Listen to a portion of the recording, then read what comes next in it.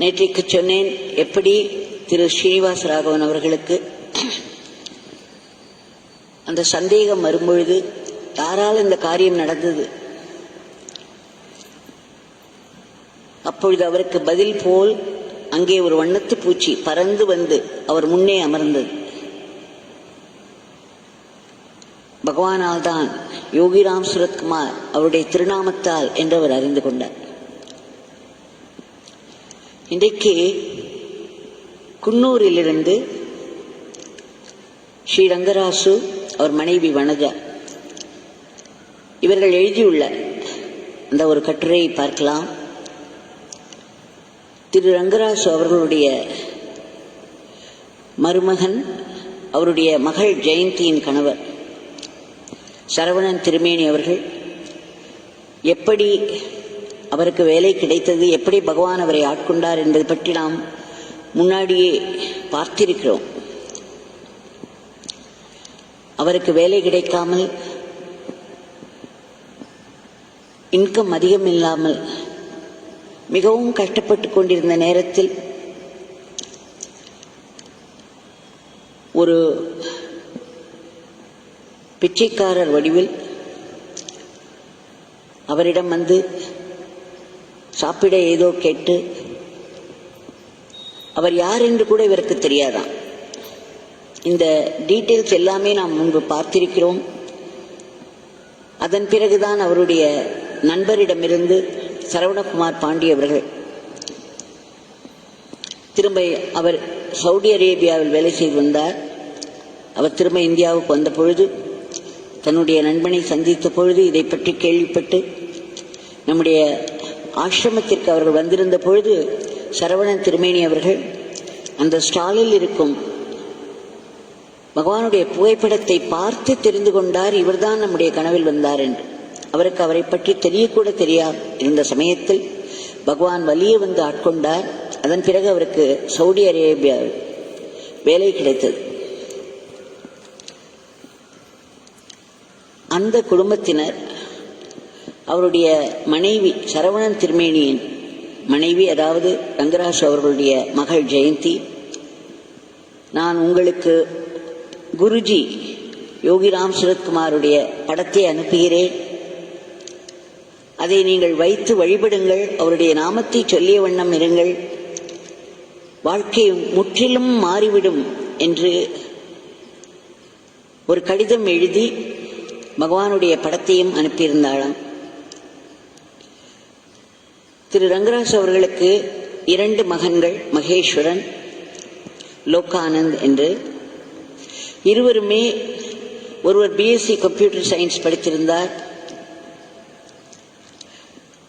இன்னொருவர் பிஏ படித்திருந்தார்.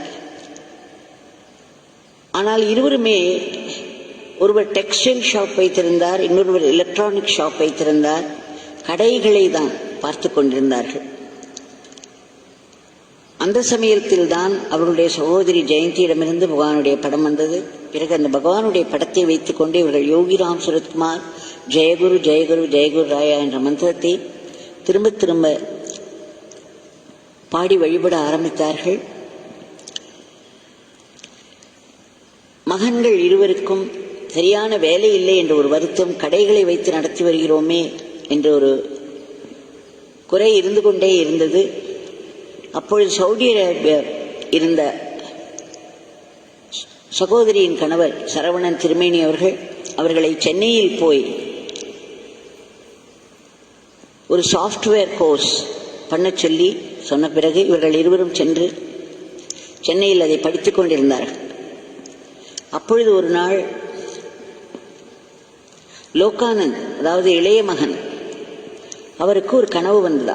அவர் பகவானை நினைத்து நினைத்து அழுது தனக்கு ஒரு நல்ல வேலை கிடைக்க வேண்டும் என்று வேண்டிக் கொண்டு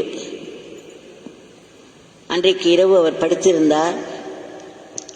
ஏனென்றால் இன்றைக்கு ஏன் இதை சொல்கிறேன், பலர் இங்கு வந்திருந்த பொழுதெல்லாம் அவர்களுக்கு வேலை போய்விட்டது, வேலை இல்லை, வேலைக்கு அப்ளை செய்தாலும் எந்த விதமான ரெஸ்பான்ஸும் இல்லை, நாங்கள் என்ன செய்வோம் என்று கண்கலங்கி சென்றார்கள். எப்படி பகவானுடைய அருளினால் அவருடைய திருநாமத்தினால் சிலருக்கு வேலை கிடைத்து இன்றைக்கு மிகவும் நல்ல நிலையில் இருக்கிறார்கள் என்றே காட்டுவதற்காகத்தான் இன்றைக்கு பகவான் இதை கொடுத்தார். இவர் அந்த மாதிரி அழுது பகவானிடம் வேண்டிக் கொண்டு படுத்துக்கொண்டே இருந்த பொழுது நன்கு தூங்கிவிட்டார். ஒரு கனவு வந்தது. அந்த கனவில் ஒரு வயதானவர் வாசலில் வந்து ரா பிச்சைக்காரர் என்று சொல்வார்கள் அல்லவா, இந்த ராவில் வரும் பிச்சைக்காரர்களுக்கு நாம் கண்டிப்பாக அன்னமிட வேண்டும், இல்லையென்றால் அது ஒரு பெரிய பாபமாகும் என்றெல்லாம் நம்முடைய இந்து தர்மம் சொல்கிறது. இந்த ரா பிச்சைக்காரராய் ஒரு வயதானவர் வந்து ஏதேனும் சாப்பிட கொடுங்கள் என்று வாசலில் கேட்டாராம். இதெல்லாம் கனவில் நடக்கிறது. உடனே ஜெயந்தி, அந்த சென்னையில் ஜெயந்தியும் லோகானந்தும் ஒன்றாக அண்ணனும் தங்கையும் தங்கியிருந்த பொழுது அவருக்கு இந்த மாதிரி ஒரு கனவு வந்தது. உடனே ஜெயந்தி உள்ளே சென்று சாதத்தை எடுத்து வந்தாள். பிறகு லோகானந்தை பார்த்து, நீ உள்ளே சென்று கொஞ்சம் ரசம் இருக்கிறது, அதையும் எடுத்து வா, அவருக்கு போடலாம் என்று சொல்லிவிட்டு வாசலில் போய் அந்த ராப்பிச்சைக்காரருக்கு அன்னமிட்டாள். லோகானந்த் உள்ளே சென்று ரசத்தை எடுத்து வந்தார். அவர் எடுத்து வந்து வாசலில் நின்ற பொழுது அந்த பிச்சைக்காரர் திரும்பிக் கொண்டிருந்தார். அவர் போய்கொண்டிருந்தார். உடனே இவர் ஐயா ஐயா ஐயா என்று 2-3 முறை கூப்பிட்டு இந்த ரசத்தை வாங்கி செல்லுங்கள் என்று சொன்னாராம். அவர் திரும்பியே பார்க்கவில்லையாம். இவருக்கு ரொம்ப வருத்தமாகிவிட்டது. உடனே எத்தனை முறை உங்களை கூப்பிடுவது என்று சற்று உரத்த குரலில் அதட்டலாக சொன்ன பொழுது அந்த சென்று கொண்டிருந்த அந்த பிச்சைக்காரர் ஒரு நிமிடம் இவரை கூர்மையாக பார்த்தார். அந்த சமயம் அவருடைய 2 கண்களில் இருந்தும் ஒரு மின்னல் போல் ஒளி புறப்பட்டு நேராக லோகானந்த் உடலில் சென்றதாம். இவர் உடல் சிலிர்த்து போனாராம். உடல் முழுவதும் அவருக்கு மயிர்கூச்சி எறிந்தது. ஏதோ ஒரு பெரிய விஷயம் நடந்திருக்கிறது, இந்த பிச்சைக்காரர் சாதாரணமானவர் அல்ல என்ற உணர்வு ஏற்பட்டதாம். விழித்துக் கொண்டு விட்டார். அதன் பிறகு 1 மாதத்தில் அவருக்கு பாம்பேயில் வேலை கிடைத்து விட்டது. ஒரு கடையை நடத்தி வந்தார். இந்த கடை பிசினஸ் என்பதெல்லாம் ஒரே மாதிரியான வருமானத்தை கொடுக்காது. அவர்கள் நன்கு படித்து பிறந்த போதும் கடையை நடத்த வேண்டியிருக்கிறது என்று நினைத்து பகவானை வழிபட்டவர்களுக்கு இப்பொழுது பாம்பேயில் அவருக்கு ஏற்ற மாதிரி ஒரு நல்ல வேலை கிடைத்தது. அவர் சந்தோஷப்பட்டார். ஆனால் அவருடைய அண்ணன் மகேஸ்வரனுக்கு இன்னும் வேலை கிடைக்கவில்லை. அவரும் வருத்தமுற்றார். அவரும் பகவானிடம் அவருடைய நாமத்தை சொல்லி சொல்லி வேண்டி வேண்டி அழுது கொண்டே இருந்தார்.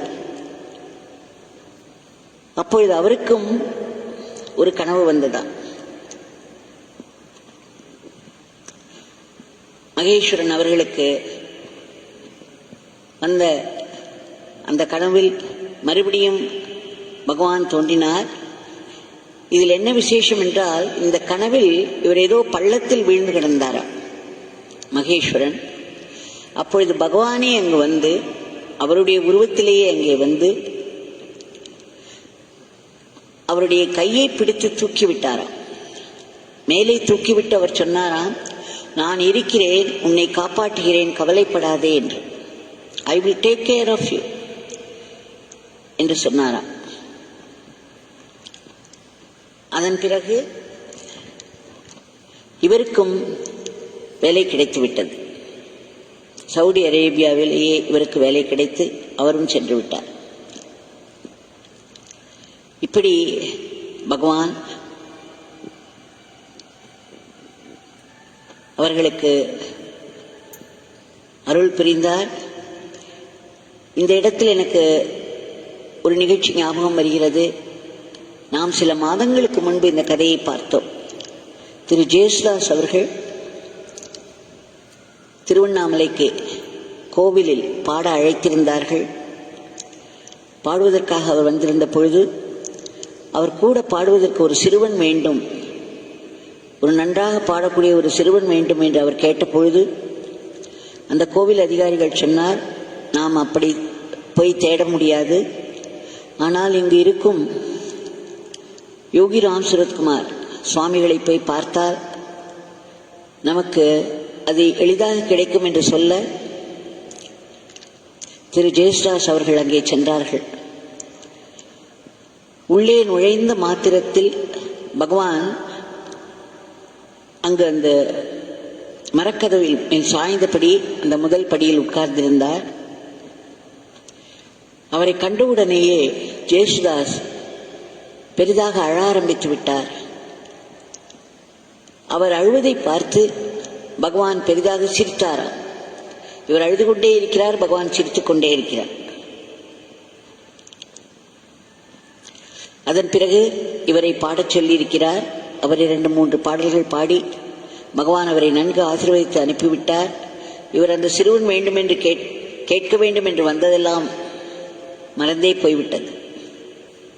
ஆனால் அதைவிட ஒரு பெரிய விஷயம் நடந்திருக்கிறது. பின்னால் ஒரு பக்தர், ஏன் அங்கு போய் சுவாமியை பார்த்த மாத்திரத்தில் அழ ஆரம்பித்து விட்டீர்கள், அவரோ சிரித்துக் கொண்டே இருந்தார், என்ன விஷயம் என்று கேட்டபோது திரு ஜேசுதாஸ் அவர்கள் சொன்னார், சிறு வயதில் மிகவும் வறுமையால் பீடிக்கப்பட்டு தெருக்களில் சிறு பையனாய் பேப்பர் சென்று போட்டுக்கொண்டிருந்த நேரம், ஒரு சமயம் அந்த பேப்பர் எதுவும் விற்காமல் அன்றைக்கு அவருக்கு சாப்பிட எதுவுமே கிடைக்காமல் அவர் மயக்கம் போட்டு விழுந்து விட்டாராம் அந்த சிறுவன். அப்பொழுது இந்த மயக்கத்தில் அவருக்கு எங்கேயோ அதள பாதாளத்தில் போய் விழுவது போல் ஒரு உணர்வு ஏற்பட்டதாம். ஐயோ, நாம் எங்கேயோ போய்கொண்டிருக்கிறோம், எங்கேயோ ஆழத்தில் விழுந்து கொண்டிருக்கிறோம் என்ற ஒரு உணர்வு அவருக்கு ஏற்பட்டிருக்கிறது. அவர் மூர்ச்சையாகும் சமயம். அப்பொழுது அவருடைய நினைவு தப்புவதற்கு முன்பு அவருக்கு இன்னொரு உணர்வு வந்தது. ஒருவர் தாடியை வைத்துக்கொண்டு வயதான ஒருவர் 2 கைகளையும் நீட்டி இவரை ஏந்தி கொண்டாராம்.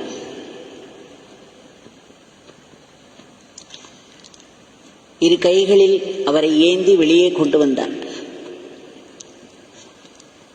அதன் பிறகு படிப்படியாக பல முன்னேற்றங்கள் ஏற்பட்டு ஜேசுதாஸ் அவர்கள் புகழ்பெற்ற பாடகராக ஆகிவிட்டார். இப்பொழுது எதிர்பாராமல் யோகி சுவாமிகளை பார்க்க வேண்டும் என்று அங்கே சென்ற பொழுது அவர் கண்ட காட்சி என்ன? அன்றைக்கு வறுமையின் பிடியில் சாப்பிட எதுவும் கிடைக்காமல்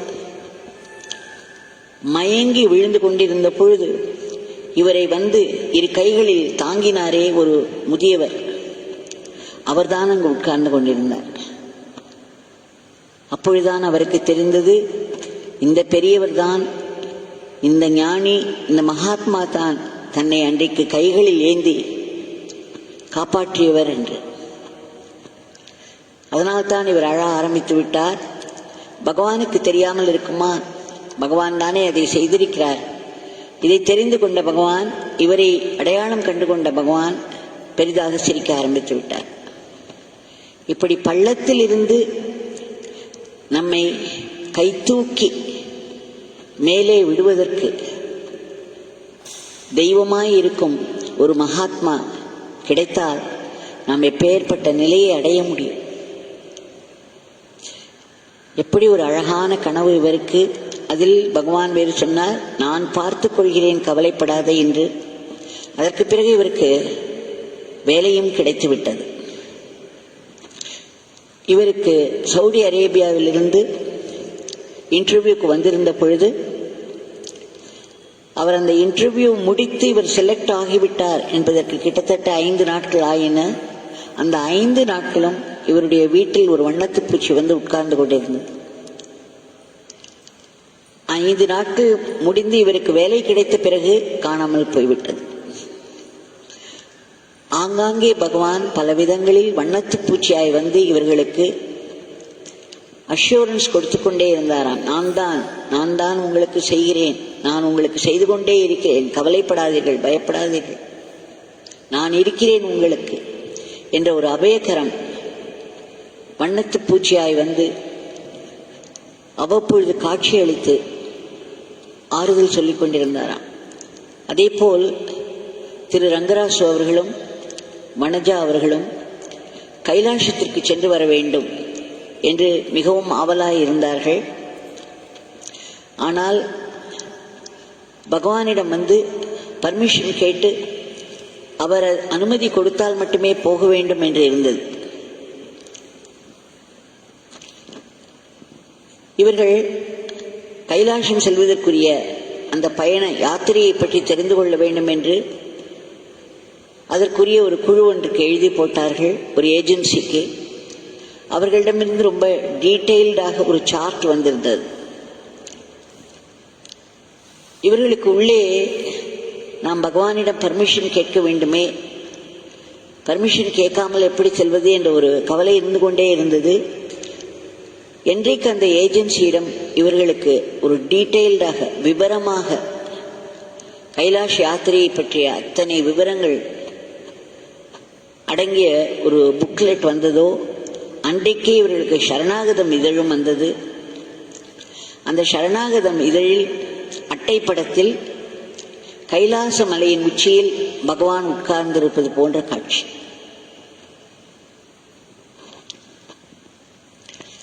அவர்கள் ஆசிரமத்திற்கு வந்து பகவானுடைய ஷிலாமூர்த்தியை தரிசனம் செய்து வேண்டிய பிறகுதான் இதை தொடங்க வேண்டும் என்று நினைத்திருந்தார்கள். ஆனால் பகவான் கைலாசத்தின் உச்சியில் அமர்ந்து கொண்டு அவர்கள் வீட்டுக்கே வந்துவிட்டார். அவர்களுக்கு ரொம்பவும் சந்தோஷம். இதோ பாருங்கள், நாம் ஆசிரமம் போய் அனுமதி கேட்கவில்லையே என்று வருந்தி கொண்டிருந்தோம், எப்படி பகவான் தன்னுடைய சம்மதத்தை தெரிவித்து விட்டார் பாருங்கள் என்று வனஜா அவர்கள் திரு ரங்கராசரிடம் காண்பித்தாராம். அது மட்டுமல்ல, அவர்களுடைய கைலாச யாத்திரை முழுவதும் அவ்வப்பொழுது வண்ணத்து பூச்சியாக வந்து அவர்கள் செல்லும் ஜீப்பின் மேல் அல்லது அவர்கள் இருக்கும் இடத்திலோ மாறி மாறி வந்து அமர்ந்து கொள்வாராம். வண்ணத்து பூச்சிக்கே வழியில்லாத இடங்களில் கூட அவர்கள் மிக ஆச்சரியமாக பகவானுடைய நாமத்தை சொல்லும் பொழுதெல்லாம் அந்த வண்ணத்து பூச்சி வடிவில் அவரை கண்டு மகிழ்ந்திருக்கிறார்கள். ஆக பகவானை நினைத்து அவருடைய நாமத்தை சொல்லி சொல்லி நாம் என்ன வேண்டினாலும் அதை தருவதற்கு அவர் தயாராக இருக்கிறார். அதை அவர்தான் செய்கிறார் என்பதற்கும் அடையாளம் காட்டிவிடுகிறார். வண்ணத்து பூச்சி என்பது பகவானுடைய ஒரு முக்கியமான அடையாளம். பகவான் அப்படித்தானே இருந்தார். சுதந்திரமாக, யாருக்கும் கட்டுப்படாமல், எதற்கும் கட்டுப்படாமல் ஒரு அவதூத்தராக இருந்தார். வண்ணத்து பூச்சி நமக்கு அதைத்தானே ஞாபகப்படுத்துகிறது. இன்றைக்கு இந்த நிகழ்ச்சியை பகவான் எனக்கு எடுத்துக் கொடுத்தார். அப்பொழுது நான் யோசித்தேன், திடும் என்று வண்ணத்து பூச்சியாக வருகிறதே என்று. அப்பொழுதுதான் எனக்கு ஞாபகம் வந்தது, 26ஆம் தேதிக்கு முன்னால் வந்திருந்த 2-3 இளைஞர்கள் கண் கலங்கி, எங்களுக்கு வேலை கிடைக்கவில்லை, வருமானமே இல்லை, வறுமையில் இருக்கிறோம், பகவானிடம் சொல்லி பிரார்த்தனை செய்யுங்கள், எங்களுக்கு வேலை கிடைக்க வேண்டும் என்று வேண்டினார்கள். அப்பொழுது அவர்களுக்கெல்லாம் சொன்னேன், பகவானுடைய நாமத்தை சொல்லிக்கொண்டே இருங்கள், கண்டிப்பாக ஏதோ ஒரு இடத்தில் உங்களுக்கு அனுகூலமாய் இருக்கும் ஒரு இடத்தில் உங்களை செட்டில் செய்து விடுவார் என்று. இன்றைக்கு அதை மெய்ப்பிப்பது போல் இந்த கட்டுரை என் கையில் வந்தது. இதில் பார்க்கிறோம், சரவணன் திருமேனிக்கும் பகவான் கனவிலே வந்து சிவபெருமா சரவணன் திருமேனிக்கு ஒரு பிச்சைக்காரர் தலைப்பாகையோடு தாடியோடு வந்து தன்னிடத்தில் பிச்சை கேட்ட பொழுது அவருக்கு சிவன், சாக்ஷாத் சிவனே வந்ததான் ஒரு உணர்வு தோன்றியதா. அதன் பிறகுதான் அவருக்கு வாழ்க்கையில் பல முன்னேற்றங்கள். மிக அதிசயமாக அவருக்கு சவுதி அரேபியாவில் உடனே வேலை கிடைத்தது. அதேபோல் ஜெயந்தியினுடைய 2 சகோதரர்களுக்கும் பகவானிடம் அழுது அழுது அவருடைய நாமத்தை சொல்லி சொல்லி வேண்டிக் கொண்டே இருந்த பொழுது ஒவ்வொருவர் கனவிலும் ஒவ்வொரு விதமாய் வந்து பகவான் ஆசீர்வதித்து அவர்களுக்கு உரிய வேலையையும் வாங்கி கொடுத்தார்.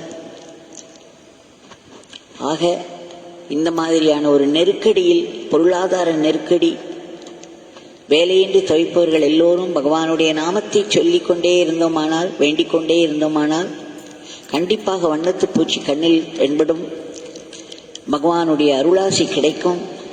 அதற்கேற்றபடி உடனடியாக நமக்கு ஒரு வேலை அமைந்துவிடும்.